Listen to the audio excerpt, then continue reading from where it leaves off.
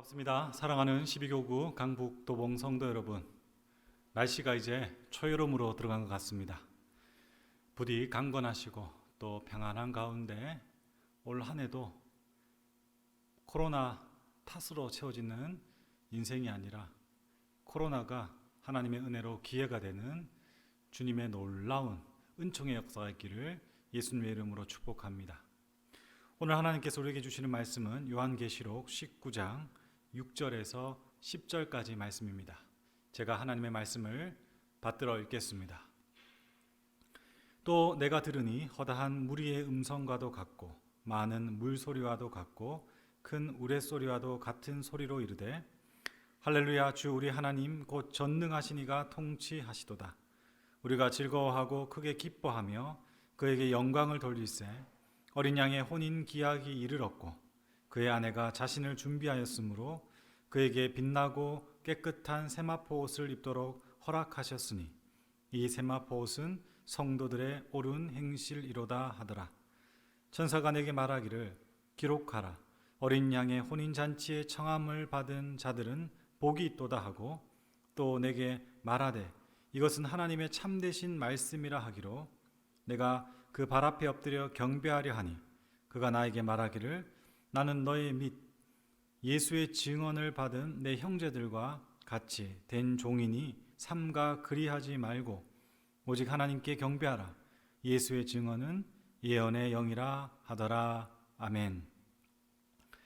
오늘 19장 말씀에 들어가면서 우리가 지난주에 보았던 요한계시록 18장의 내용을 다시 상기할 필요가 있습니다.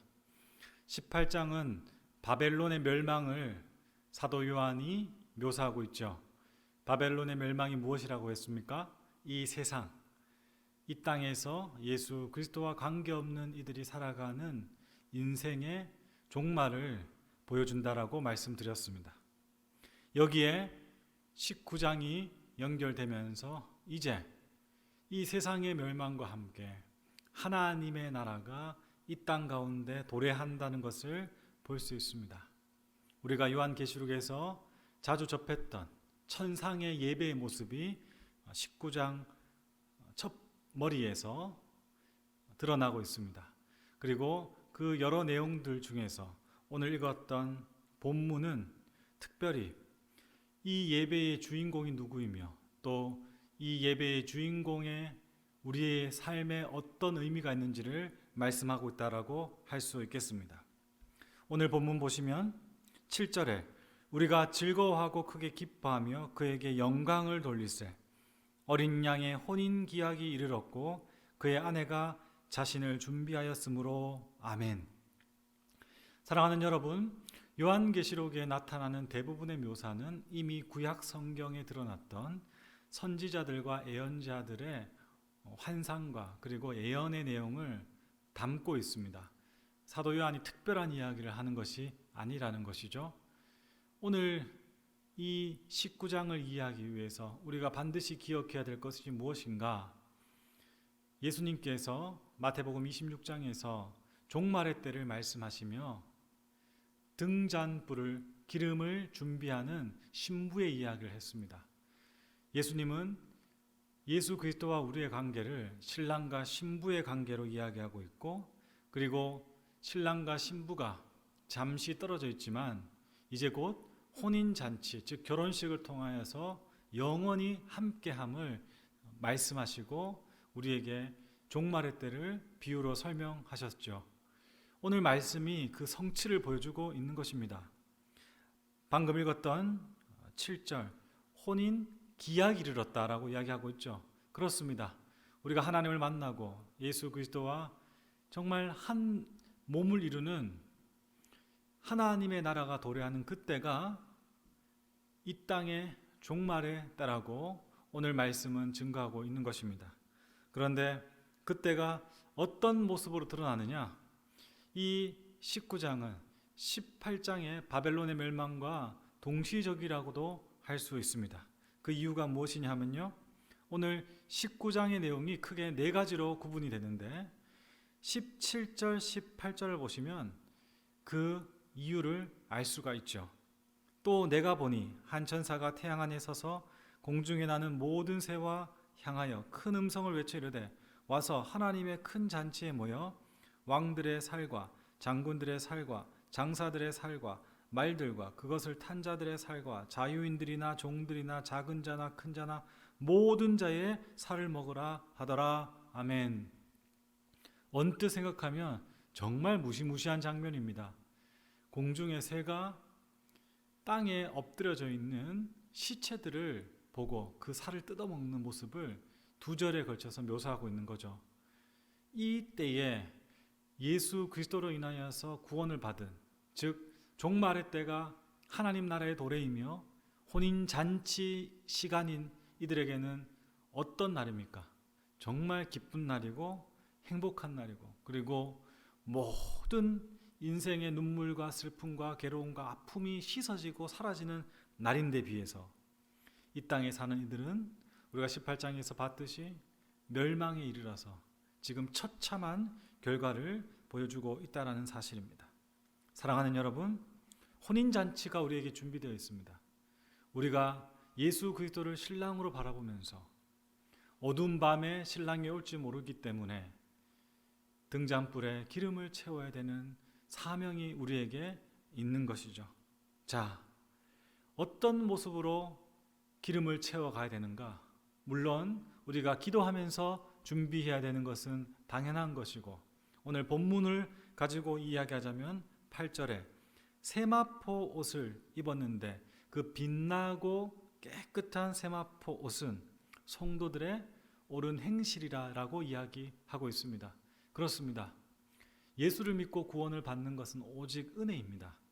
그러나 그 은혜 받은 이후의 삶은 전혀 다른 차원의 인생과 존재로 변화되게 되는데, 그 인생과 존재에게 정말 중요한 것은 우리가 은혜를 갖기 위해서, 그리고 하나님 앞에 잘 보이기 위한 행위와 윤리와 선한 행실이 아니라 하나님 나라 백성으로 살아가는 삶의 방향과 내용이 이렇게 깨끗하고 빛나는 거룩한 세마포 옷을 입게 한다는 것을 기억하셔야 될 것입니다.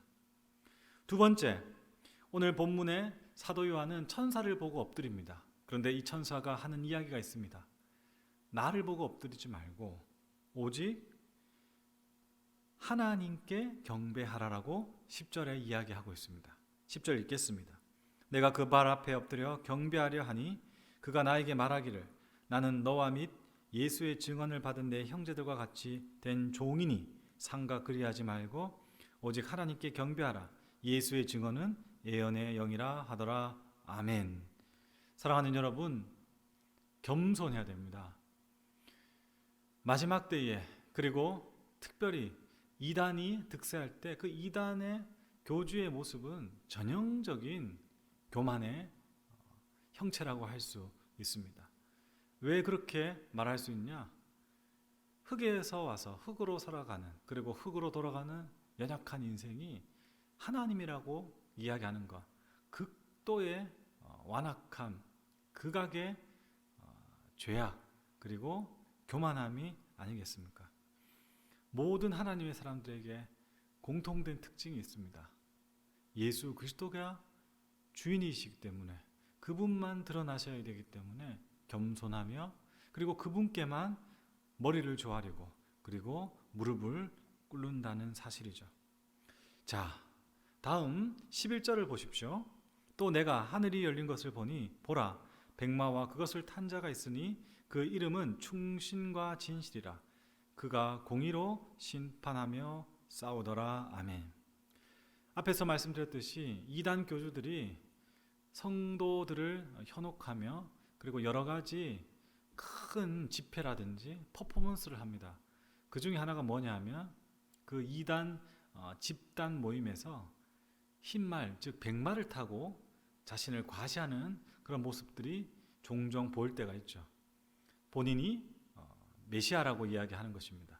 오늘 본문을 가지고 반영한 것으로 우리는 생각할 수 있습니다. 마지막 때에 백마를 타고 오시는 분은 이단 교주, 인간의 연약함을 가진 거짓된 선지자들이 아니라 오로지 우리 주 예수 그리스도십니다. 그 예수 그리스도께는 두 가지 이름이 있는데 충신과 진실입니다. 충성스럽고 진실하다는 것이죠. 이것은 우리 주 예수 그리스도만 가지고 있는 명확한 증거입니다. 더불어 13절 보시면 피 뿌린 옷을 입었다.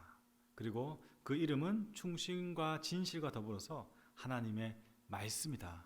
이것이 요한복음 1장 14절에 말씀이 육신이 되셨다라고 할 때 표현되는 로고스를 이야기하는 것이죠. 이것이 예수 그리스도의 모습입니다. 이 모습이 동일하게 우리 성도들의 삶에 나타나는 것이죠. 그러나 오늘 19장 끝부분에 가면 짐승이 잡히고 선지자도 잡힌다라고 20절은 이야기하고 있습니다. 즉 종말의 때가 찼기 때문에 이제 최종적인 하나님의 결산이 이루어지고 있는 것이죠.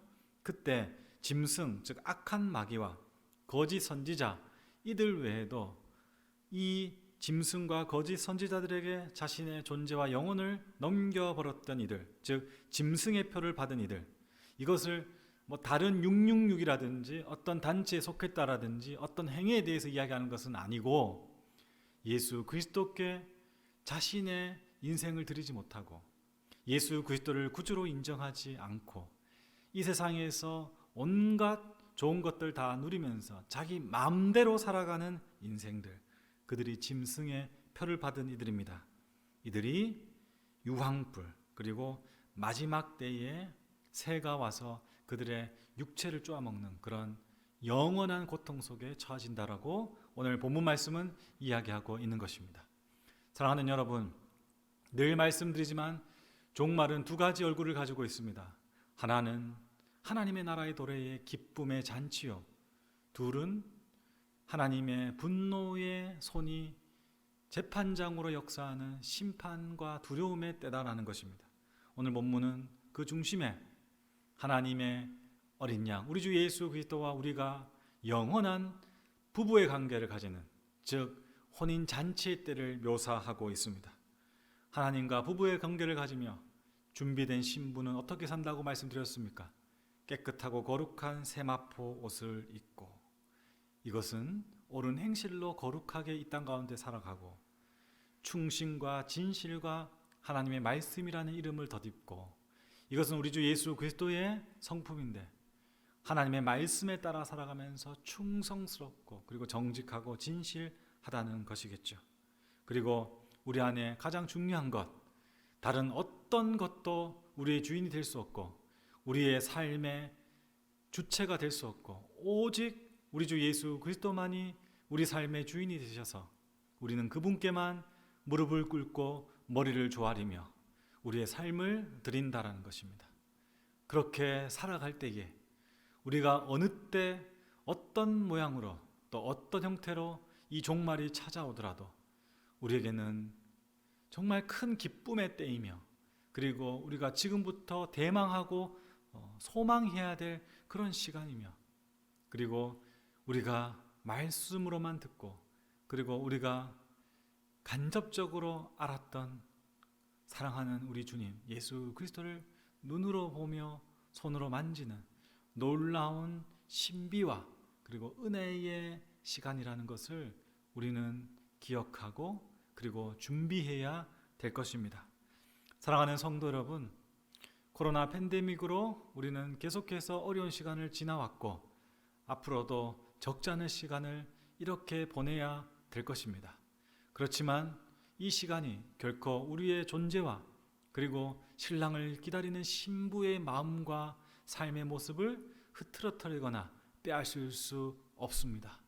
오직 주님을 갈망하며 그렇게 하루하루 준비되어는 삶을 통하여서 혼인잔치에 가장 기뻐하는 저와 여러분이 되었으면 좋겠습니다. 한 주도 이 믿음으로 승리하시기를 부탁드립니다. 강건하십시오. 그리고 믿음으로 살아가십시오. 삶의 열매를 맺어내십시오. 하나님께서 함께 하시며 반드시 도와주실 것입니다. 기도하겠습니다. 하나님 아버지, 감사합니다. 어린 양의 혼인잔치 예수 그리스도를 신랑으로 만나는 놀라운 은혜의 때, 그리고 은혜의 장소에 저희들을 초청해 주시고 불러주신다라고 말씀하셨습니다. 주님, 이를 믿고 우리의 삶 속에 잘 준비되는 우리 12교구 모든 성도들 되도록 인도하여 주십시오.